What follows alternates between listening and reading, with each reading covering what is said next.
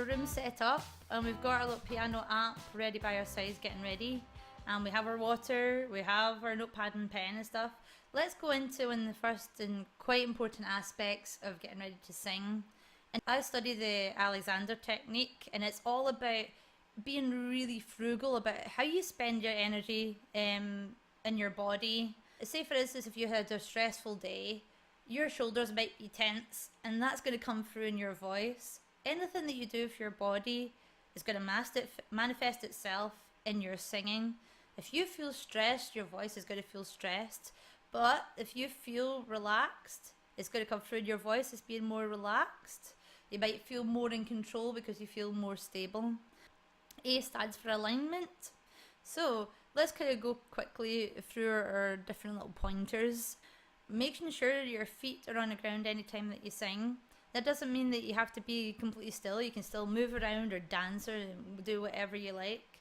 It's all about managing the weight of your body when you sing.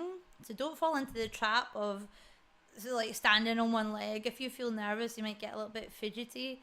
And know that what it's like when you feel nervous. Sometimes you don't feel you have any control over it whatsoever.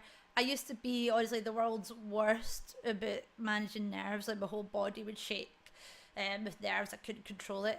I felt like I couldn't control it.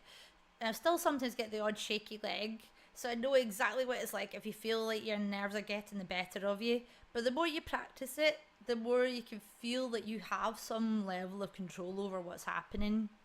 So, like I said before, feet on the ground when you sing. Make sure that your knees aren't locked. If you're ever not sure what's happening, just bob up and down a little bit. Move your legs around a little bit, shake them about. Then the next thing, so look over your shoulder. Think about that straight line that I mentioned. There should be a straight line from your ankle, your knee, your hip, your shoulder, and your ear. And what tends to happen, because singers are thinking so often about singing out the way and performing and it tends to be that if anything is going to go out of kilter, it's the top half of your body.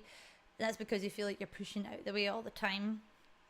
But it could also be another part of your body. It could be you're maybe putting the weight in your legs like onto your heels so that your legs are kind of out of alignment with the rest of your body because they're too tense. So it's a good way of just having a quick look to see what's happening. Next thing is to think about what your shoulders are doing. Making sure that your shoulders are relaxed is vitally important. Next thing is to think about what your head is doing. Your head shouldn't move at any time when you're singing. That might seem really confusing to some people because there's lots of different things that you see on TV, whether that's X Factor or Britain's Got Talent or something. Lots of different singers tilting their head up when they want to sing high, or they want to sing down low, the head comes down.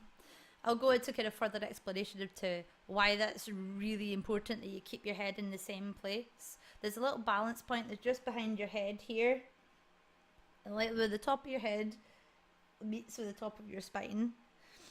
That's where your head should be in its ideal position, where everything's managed really well, and your neck muscles kind of hold your head in place. So what happens when you tilt your head up too high? It's no longer your neck muscles that are holding your head in place, but the laryngeal muscles here. These poor little muscles aren't designed to cope with the weight of your head, so it creates a kind of tension in here in your voice. Use your earlobes as a guide, and it might seem a wee bit silly, but it's really helpful actually. If they're pointing to your shoulders, then your head is in the right place. So if your head is too high, they're going to point forwards, and if they're too low, they're going to point backwards. If it helps, use some earrings. I've seen people like using little bits of sellotape dangling down so they can feel it where their head is aligning with their shoulders.